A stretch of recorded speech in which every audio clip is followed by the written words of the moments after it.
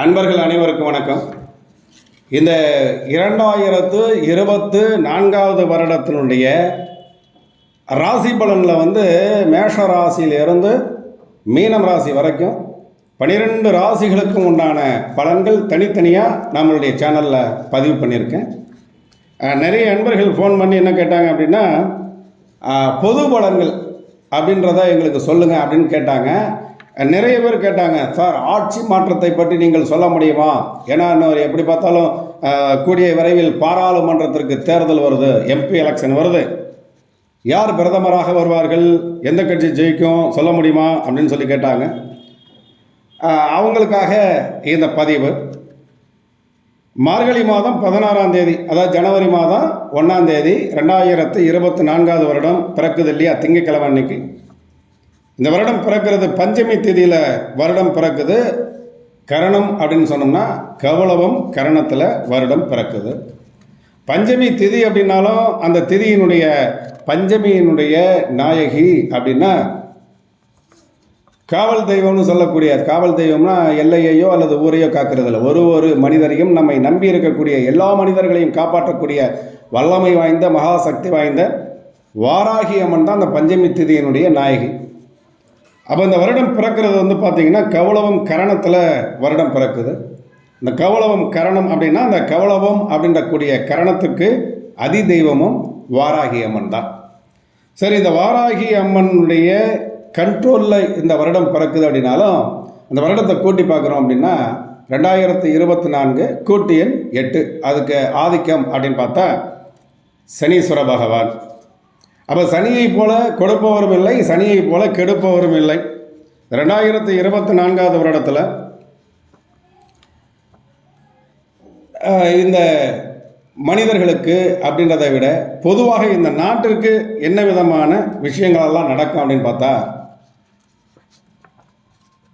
லக்கணம் கன்னி லக்கணம், லக்கணத்தில் கேது பகவான் வருடம் பிறக்கும் பொழுது, கேது பகவானை பொறுத்த வரைக்கும் தெரியும், மருத்துவத்துறையில் புதிய புதிய யுக்திகளை கையாளுவார்கள். நவீன மருத்துவத்தை பொறுத்த வரைக்கும் புதிய புதிய மருந்துகளை கண்டுபிடிப்பார்கள். அதன் மூலமாக பல உயிர்கள் காப்பாற்றுவதற்கு உண்டான வழிவகை பிறக்கும். உலக நாடுகளை திரும்பி பார்க்குற அளவுக்கு புதிய புதிய மருந்தெல்லாம் கண்டுபிடிப்பாங்க. மருத்துவத்துறை சிறந்து விளங்கும் அப்படின்னு அர்த்தம். இப்போ கேது பகவான் லக்கணத்தில் இருக்கிறதுனால மருந்தெல்லாம் கண்டுபிடிப்பாங்க, மருத்துவத்துறை சிறந்து விளங்கும். அப்படின்னா என்ன அர்த்தம்? புதிய புதிய வியாதிகள் அச்சுறுத்தும்னு அர்த்தம். என்ன காரணம்னா, ராகு பகவான் என்ன பண்ணுறாருன்னா, புதிய வியாதிகள், அந்த வைரஸ் எல்லாம் கொண்டு வர்றதுக்கு உண்டான வாய்ப்புகளை கொடுப்பார். ஊரடங்கு வருமா, கொரோனா மாதிரி எல்லாருமே தவிப்பாங்களா அப்படின்னா, ஊரடங்கு வரக்கூடிய அவசியத்தில் இந்த வருடத்தினுடைய கிரக நிலைகள் இல்லை. ஆனால் அந்த வியாதியிலிருந்து நம்மை நாம் காப்பாற்றிக் கொள்வதற்கு தேவையான எத்தனை வழிமுறைகள் இருக்குதோ, மாஸ்க் போடுறது, தனிநபர் இடைவெளி பண்ணது, வீடெல்லாம் நம்ம நாம் வீடுன்னு இல்லை, நாம் இருக்கக்கூடிய இடம் அலுவலகமாக இருக்கட்டும் அல்லது கடையாக இருக்கட்டும், நாம் வசிக்கக்கூடிய இடம் எதுவாக இருந்தாலும் அதில் கிருமிகளுக்கு இடம் கொடுக்காமல் சுத்தமாக சுகாதாரமாக அந்த இடத்தை வைத்து கொள்ள வேண்டும் என்பதை இந்த கிரக அமைப்புகள் காட்டுகிறது. அரசியலை பொறுத்த வரைக்கும் எப்படி இருக்கும்? நாம் எதிர்பாராத புதிய புதிய அதிரடி திருப்பங்கள் எல்லாம் அரசியலில் இருக்கும். இந்த கட்சியில் இவ்வளோ நாள் வரைக்கும் இருந்தவங்க எலெக்ஷனுக்கு முன்னாடியும் பின்னாடியும் பார்த்தீங்கன்னாக்கா அணி மாறுவது, கூட்டணி மாறுவது. இந்த கட்சியில் உள்ளவங்களாம் இப்படி போகிறாங்க, அவங்கெல்லாம் கொள்கை பிடித்தமானவங்களாக இருப்பாங்களே அப்படின்னு நம்ம நினைத்துக்கிட்டு இருந்தோம். நம்ம நினைப்பு தப்புன்னு நினைக்கிற அளவுக்கு நிறைய அரசியலில் புதிய புதிய திருப்பங்கள் வர்றது அதை மாதிரி இருக்கும். நடிகர்கள்லாம் கட்சி வச்சுருக்காங்க இல்லையா, நாங்களும் நாட்டை ஆள்வோம் என்கின்ற நோக்கத்தோடு அவங்களும் ஏதோ ஒரு எதிர்பார்ப்போடு கட்சி வச்சுருக்காங்க. அப்படின்னா அந்த நடிகர்களுடைய கட்சி வீழ்ச்சி அடையும் என்பது தான் இந்த வருடத்தினுடைய கிரக நிலைகள். சில கட்சிகள் காணாமல் போய்விடும். இந்த வருடத்தில் 2024 புதிய அரசியல் கட்சி 2 உருவாகும். ஒன்று வேற ஒரு அரசியல்வாதிகள் எல்லாம் ஒன்று சேர்ந்து ஒரு கட்சி ஆரம்பிக்கிறது, இன்னொன்று ஒரு திரைப்பட சிரிப்பு நடிகர் ஒருத்தர் கட்சி ஆரம்பிக்கிறது. இதெல்லாம் நடக்கும். ஆனால் எந்த கட்சிகளும் எடுபடாது அப்படின்றது தான். ஸோ உலக அளவில் 2024 ஆங்கில புத்தாண்டு இல்லையா, அதனால் உலக அளவில் பார்த்தோம் அப்படின்னு சொன்னால், உலக அளவில் இருக்கக்கூடிய மிகவும் பெயர் புகழ் செல்வம் செல்வாக்கு எல்லாமே இருக்கக்கூடிய பிரம்மாண்டமான அரசியல் தலைவர், அவருக்கு ஒரு கண்டாதி கண்டம் என்பது ஏற்படும். சரி, இந்தியாவில் எப்படிங்க? இந்தியாவிலும் அப்படித்தான். அரசியல் தலைவர்கள் 2 நபர்களுக்கு கண்டாதி கண்டம் ஏற்படும். அதே மாதிரி புதிய புதிய தலைவிகள் உருவாகுவார்கள். அதாவது பெண்களுடைய ஆதிக்கம் என்பது மேலோங்கும். அரசியலில் பொறுத்த வரைக்கும் பெண்களுடைய செல்வாக்கு மேல் நோக்கி இருக்கும்.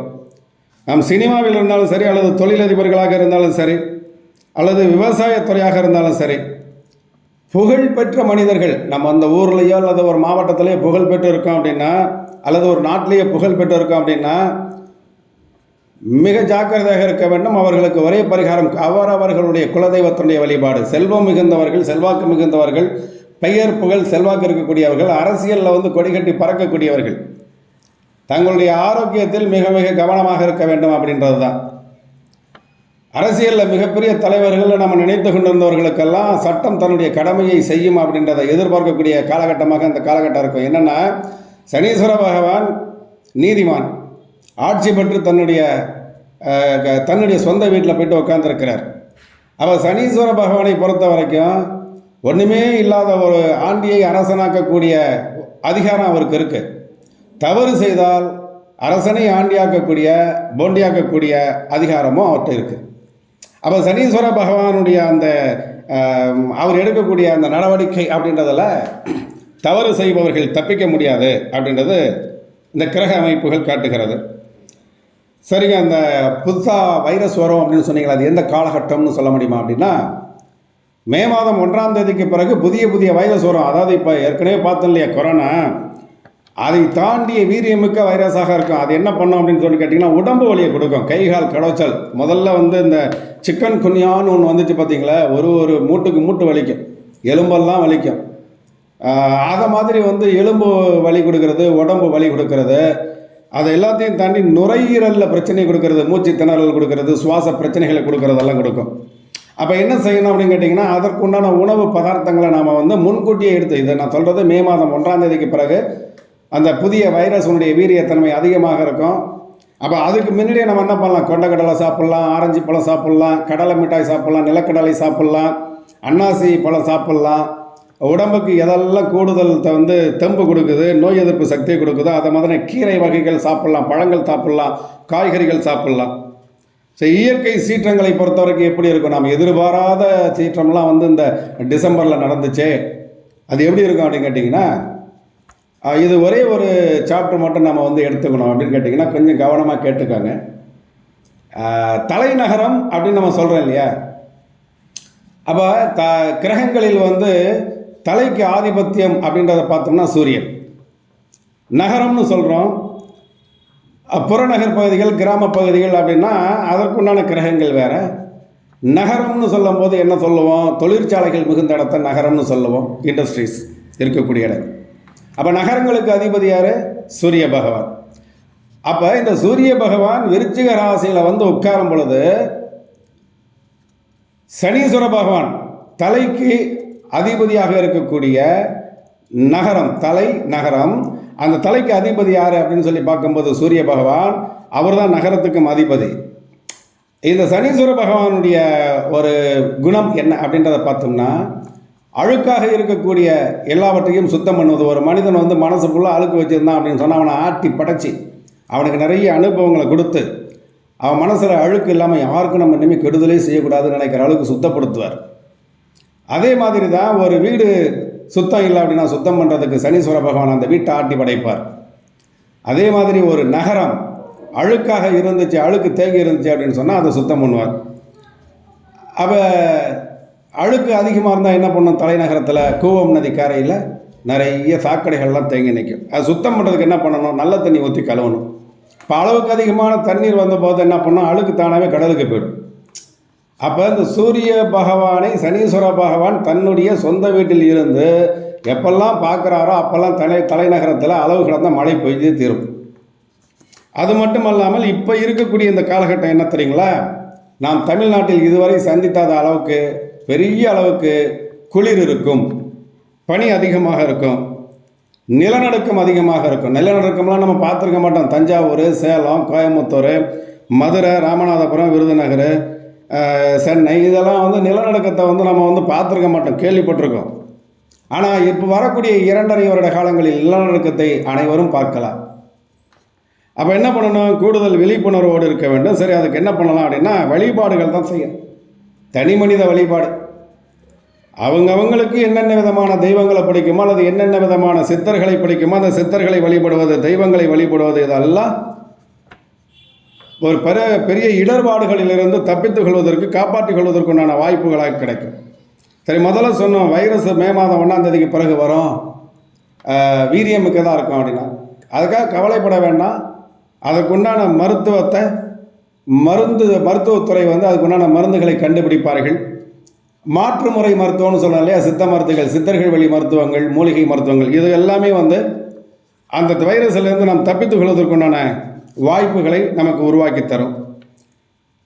விவசாயிகளுக்கு எப்படி இருக்கும்? மிக அற்புதமான பொற்காலமாக இருக்கும், யோகமான காலமாக இருக்கும். இந்த பதிவை பார்த்து கொண்டிருக்கக்கூடிய எல்லாருக்கும் ஒன்று சொல்லிக்கிறேன். இந்த 2024, 2025, 2026 மே மாதம் வரைக்கும் உப்பு விலை அதிகமாக இருக்கும் என்பதை கவனமாக செய்து கொள்ள வேண்டும். மேக்சிமம் நம்ம வீட்டுக்கு தேவையான பொருள் வாங்குறோம் இல்லையா, குழந்தைகளுக்கு தேவையான பால் வாங்குவோம், மளிகை பொருள் வாங்குவோம், பிஸ்கட் வாங்குவோம், பிரெட் வாங்குவோம், அரிசி வாங்குவோம், எல்லாமே வாங்குவோம். உப்பு அளவுக்கு அதிகமாக வாங்கி சேஃப்டி பண்ணிக்கொள்வது நல்லது. என்ன காரணம்? கடற்கரை ஓரங்களெல்லாம் பார்த்திங்கன்னா தண்ணி நிற்கும். அப்போ உப்பளம்லாம் வீணாக போயிடுது இல்லையா. அதனால் உப்பு கிடைக்கிறது டிமாண்டாக இருக்கு. நான் என்னங்க பாலுக்கு அலைஞ்சேன், குழந்தைகளுக்கு பிஸ்கட்டு அலைஞ்சேன் அப்படின்னு சொல்கிறதை விட, என்னங்க உப்பு விலை இப்படியாங்க ஏறும்னு சொல்கிற அளவுக்கு உண்டான காலகட்டமாக இருக்கும். சரி, நம்ம ஃபஸ்ட்டே கேட்டோம் இல்லையா, இடையில் கூடிய விரைவில் பாராளுமன்ற தேர்தல் வருது, எந்த கட்சி ஆட்சி அமைக்கும், இந்த கிரக நிலைகள் என்ன சொல்லுது அப்படின்னு நிறைய பேர் கேட்டாங்க அப்படின்னு சொன்னேன் இல்லையா. இப்போது எந்த கட்சி ஆட்சியில் இருக்கிறதோ அதே கட்சி மீண்டும் ஆட்சி அமைக்கும். பாரதிய ஜனதா கட்சியே மத்தியில் மீண்டும் ஆட்சி அமைக்கும் என்பதை கிரக நிலைகள் காட்டுகிறது. என்னன்னா, எதிர்கட்சிகள் இப்போ என்ன எண்ணிக்கையில் இருக்காங்களோ அதை விட எண்ணிக்கை 1-2 கூடும். எதிர்கட்சிகள் எந்த அளவுக்கு ஆளுங்கட்சிக்கு நெருக்கடி கொடுக்குமோ அந்த அளவுக்கு நெருக்கடி கொடுப்பார்கள். ஆனாலும் இப்போது இருக்கக்கூடிய பாரதிய ஜனதா கட்சியை மீண்டும் ஆட்சிக்கு வரும் என்பதை கிரக நிலைகள் காட்டுகிறது. அந்த பதிவை பார்த்துட்டு இருக்கக்கூடிய அன்பர்களுக்கு ஒரு பணிவான வேண்டுகோள். நான் எந்த கட்சியும் சேர்ந்தவன் இல்லை. என்னை பொறுத்த வரைக்கும் நான் சித்தர்களை வழிபடக்கூடியவன், வாராகி அம்மானுடைய வழிபாடு செய்யக்கூடியவன். எந்த கட்சி வந்தாலும் அதை நான் ஏற்றுக்கொள்ளக்கூடிய பக்குவம் அப்படின்றது தானே தவிர தனிப்பட்ட முறையில் நான் எந்த கட்சியையும் சேர்ந்தவன் இல்லை என்பதை தயவு செய்து நீங்கள் கவனத்தில் கொள்ள வேண்டும். நான் கிரக நிலைகள் என்ன இருக்குன்றதை நான் காமிக்கிறேன். ஏன்னா நிறைய பேர் என்ன பண்ணுவாங்கன்னா, எலெக்ஷனுக்கு முன்னாடி எந்தெந்த கட்சி என்னென்னலாம் கூட்டணி வச்சிருக்கின்றதை பார்த்துட்டு அந்த கூட்டணி பலத்தை பார்த்துட்டு கால்குலேட் பண்ணி குத்து மதிப்பாக சொல்லக்கூடியவர்களையும் நான் சந்திச்சிருக்கேன். அப்படி இல்லாமல் இதுவரைக்கும் எனக்கு தெரிந்து கிட்டத்தட்ட இந்த 20 வருட காலத்தில் நான் எந்த கட்சி ஆட்சிக்கு வரும்னு சொன்னோன்னா அந்த கட்சிகள்லாம் ஆட்சிக்கு வந்திருக்குங்கிறது என்னை பற்றி தெரிந்த அனைவருக்குமே தெரியும். என்ன காரணம், நான் சித்தர்கள்ட்ட பிரார்த்தனை பண்ணி அவங்க என் மனசில் என்ன பதிவு பண்ணுறாங்களோ அதனால் நம்ம எல்லாருக்குமே சொல்லுவேன். அதன் அடிப்படையில் தான் சொல்லியிருக்கேனே தவிர தனிப்பட்ட முறையில் நான் பாரதிய ஜனதா கட்சியை சேர்ந்த அனுதாபி இல்லை அப்படின்றத, வேறு எந்த கட்சிக்கும் நான் ஆப்போசிட்டானவன் இல்லை அப்படின்றதையும் தயவு செய்து நீங்கள் புரிந்து கொள்ள வேண்டும். பெண்களை பொறுத்த வரைக்கும் எப்படி இருக்கும்? எல்லா விதமான துறைகளிலும் பெண்களுக்கு செல்வாக்கு கூடும். அரசியலில் செல்வாக்கு, தொழிலதிபர்கள், புதிய புதிய தொழிலதிபர்கள், பெண் தொழிலதிபர்கள் சாதனை செய்வது, அது மாதிரியான விஷயங்கள்லாம் நிறைய நடக்கும். மொத்தத்தில் 2024 வருடம் ஆட்சியாளர்களுக்குத்தான் கூடுதல் வேலை பளுவை தருமே தவிர தனிப்பட்ட மனிதர்களுக்கு வேலை பளு என்பது இல்லை. ஆனால் நாம் கவனமாக இருக்க வேண்டும். குலதெய்வத்தினுடைய அல்லது இஷ்ட தெய்வத்தினுடைய வழிபாடுகளை செய்ய வேண்டும் என்பதை மட்டும் இந்த பதிவு மூலமாக கேட்டுக்கொள்கிறேன். மீண்டும் வேறொரு பதிவில் சந்திப்போம். பாருங்கள், இந்த பலன் பாருங்கள், பதிவு பாருங்கள். இது உங்களுக்கு பிடித்திருந்தால் லைக் பண்ணுங்கள், ஷேர் பண்ணுங்கள், கமெண்ட் பண்ணுங்கள். நமக்கு யூடியூப் குழு வச்சுருக்கோம். அந்த யூடியூப் குழுவில் ஜாயின் பண்ணுங்கள். யூடியூப் குரூப்பில் நீங்கள் ஜாயின் பண்ணிங்கன்னா உங்களுடைய கேள்விகளுக்கு பதில் சொல்கிறேன். மீண்டும் வேறொரு பதிவில் சந்திப்போம். 18 சித்தர்களுடைய திருவடியே சரணம் சரணம் சரணம்.